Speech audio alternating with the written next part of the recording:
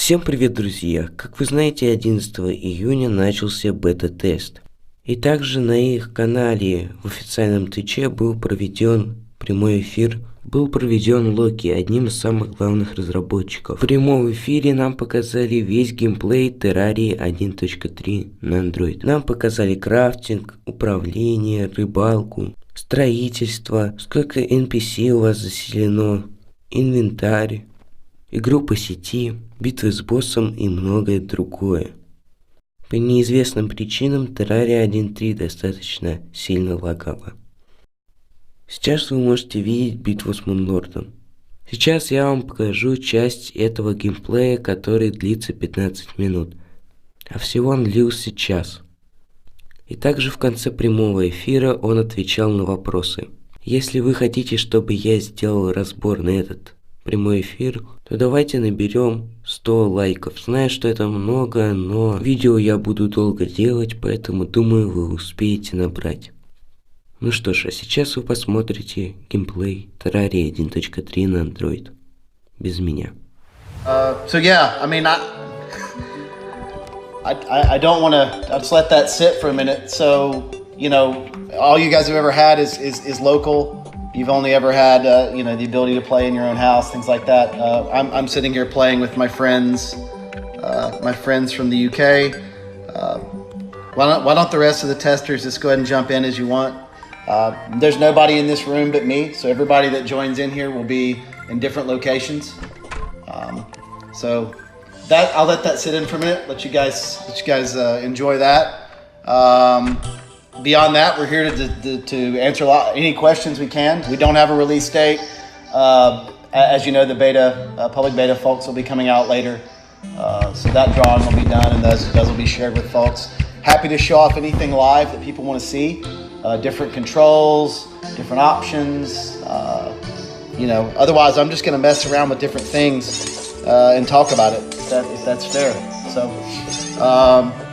and I'll leave my good friends watching the Twitch chat to do that because it's kind of hard for me to look at a phone and at Twitch chat. So, looking at the screen here, a few things. So, in the let's use my eruption here. Over here you have your hotbar. So, you know, that works like a hotbar would. I mean, I know it's kind of a big change to have things vertical and on the side, but trust me, when you have a small screen like this, it works so well. I was skeptical too, but then when we started playing it, it's amazing. You know, and you move things to that hotbar just like you normally would. You know, you just drag things around. You know, my inventory is kind of full here, so maybe we'll throw away this zombie banner, and maybe we'll throw away that. So you have everything here. You have the ability to favorite and unfavorite. You know, toggle that on and off. For those of you that haven't had that before, that keeps you from accidentally throwing away or dropping or selling your stuff. So that's pretty cool. The map. I see somebody want to see the map. So the map button. You have your mini map here, of course, right there. You can turn that on and off if you if you want to have more room. Say you're fighting a boss and you don't care what's on the mini map, you can turn that on and off. I tend to leave it off unless I'm fighting, unless I'm looking for ores and things like that. Map up here, you can turn it on that way, and you can use your finger to scroll around. You can pinch zoom. You know, it shows different things. So like here, you'll see if there's, I find something I can click on. You know, I can click on, I'm not even gonna try to pronounce that name. There's Nevescio, there's Leonardo the Painter. You can click on different things and see that. You can also, as you probably noticed, you can pinch zoom out and you pinch zoom in.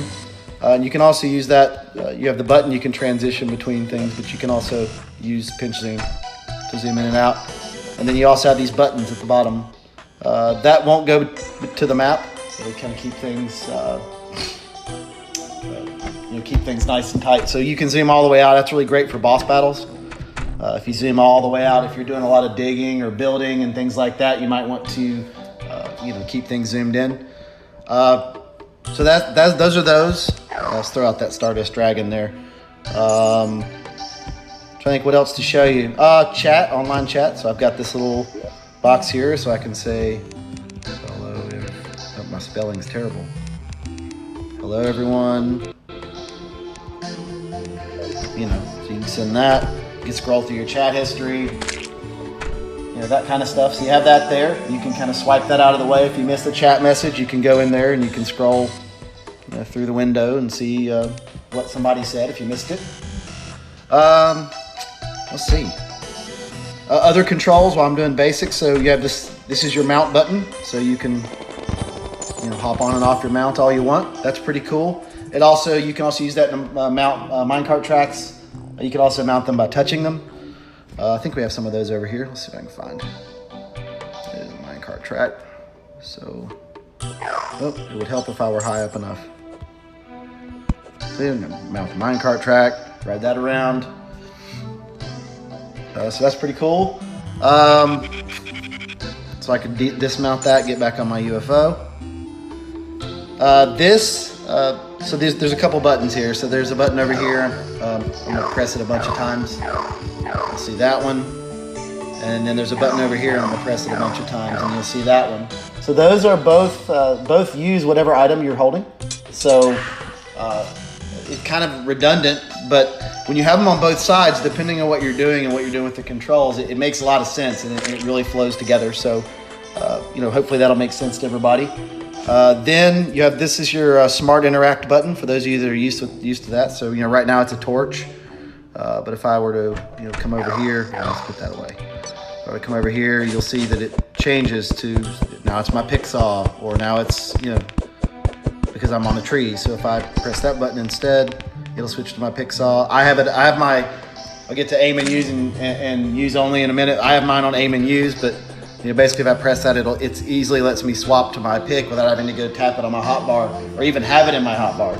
So that's pretty cool. I mentioned aim and use. This is a button you're gonna come to know and love. So down here in the lower left corner, aim only versus aim and use. So if I put it on aim only, you'll notice I have my flare on. I'm moving it around, but it's not actually firing. In order for it to fire, I have to push the button. But if I put it on aim and use, it'll fire in whatever direction I point. So, you can kind of set that for which tools you want. If you want, you may or may not want to automatically swing your pick. I don't. I tend to keep mine on, aim only, and then when I want to use it, I swing it around. So that's with stick controls. That's kind of important, and that's actually saved. It saves for tool classes. So if you set that for one pick, it sets them for all picks. So you're not always having to manage that. It saves whatever setting you put in there. Let's see, over on the right side, so you have, this is smart cursor on and off, for those of you that are familiar with that. So the smart cursor will automatically, say if you're digging down, instead of just digging in a straight line, it'll automatically dig a tunnel either wide enough for your character to drop through, or tall enough for your character to walk through. And various other things. That's a toggle you can turn on and off. This is the lock on button. So let me see if I can find something let's lock on to this firefly. So I'm locked onto that firefly. I fire the button, it fires at the firefly. So that's really useful for a lot of mobile bosses like the twins or things like that. It's not necessary. I can tell you that I did beat the game. I did beat the game without having that, so that's kind of cool. Let's see what else. Okay, let me get on the ground. Okay, 2 ways to jump, right? So in the old or current version, it was swipe up to jump. So we don't have that here, but you can double tap. I can double tap and jump. So that's kind of your backup jump. This little button right here is your friend, though. This jump button. It makes a lot of combo commands possible, like hover, which I'm doing right now. It really does change things. So, you'll get used to it, I promise, and it gets rid of a lot of the misclicks and things like that. So hopefully that works for everybody. Over on the left, so I'm gonna kind of shoot my solar eruption out. This is quick heal, quick mana, and then quick buff. So quick heal will be faded out right now because I haven't taken any damage, but if I go find something to run into me, let's go down here, find something to Let's find something to do some damage to me. And then you'll see it light up. There's a toxic slime there. Let's go see him. Oh, where'd he go?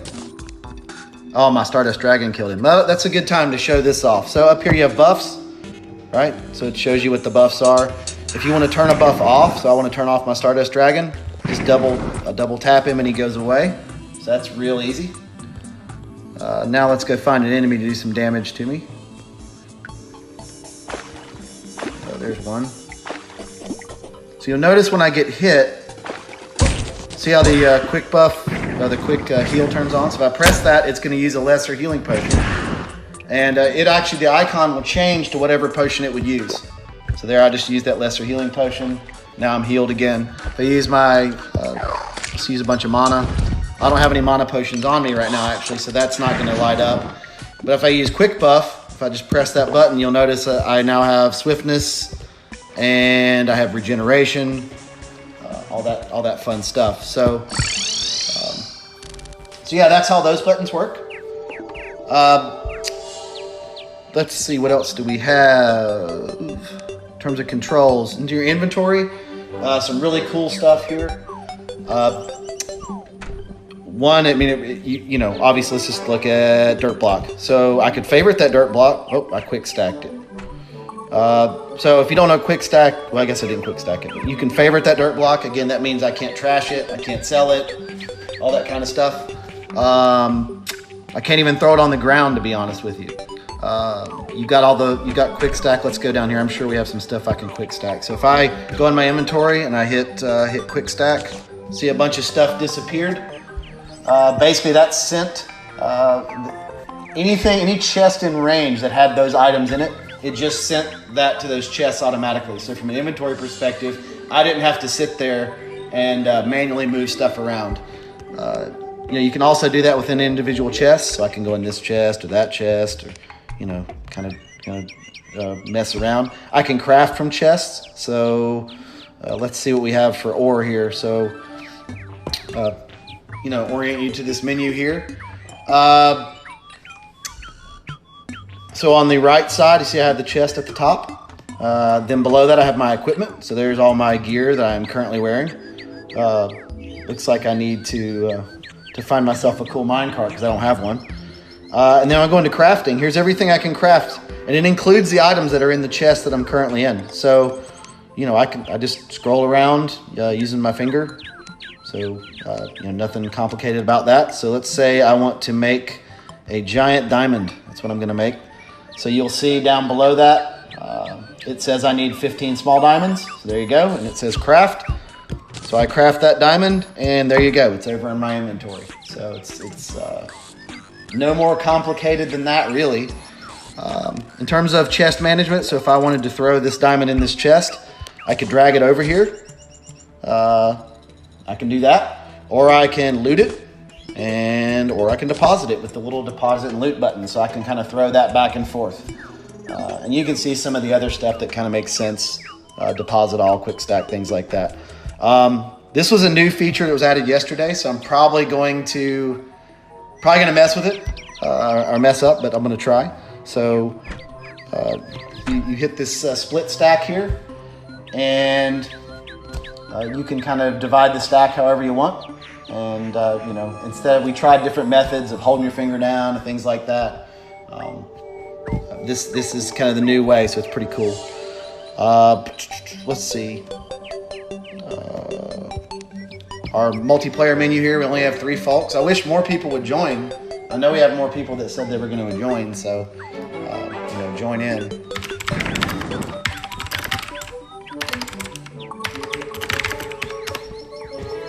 Yep, come on guys.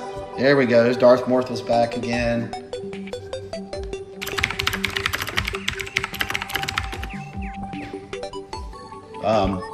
Come on in. Who else is coming? Nobody? Okay, well if they'll join in as they join. Housing menu, which is something I know that you have not had before on menu that works, or on mobile that works. So you can see the NPCs we currently have in this world. You know, we have our NPCs kind of assigned here. So you know, let's go to the painter. Let's say we don't want the painter there. I'm sure my my multiplayer friends will not appreciate me doing this, but you know, I'm gonna tap on his screen and kind of remove him from his room here. And then if I wanted to put him back, I would click on his name, click in the room, and he's back again. And then you also have our housing query. So, you know, we can stand in a room and say, oh, this isn't suitable. Oh man, we need a table and a chair.